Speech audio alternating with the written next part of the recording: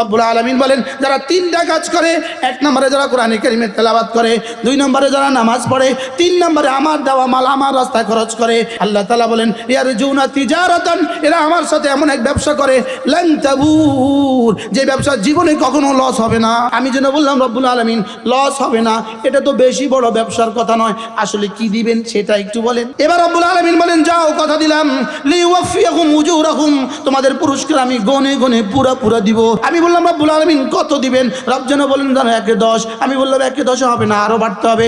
রব যেন বলেন যাও 1/70। আমি বললাম আরো বাড়েন। রব যেন বলেন যাও 1/700।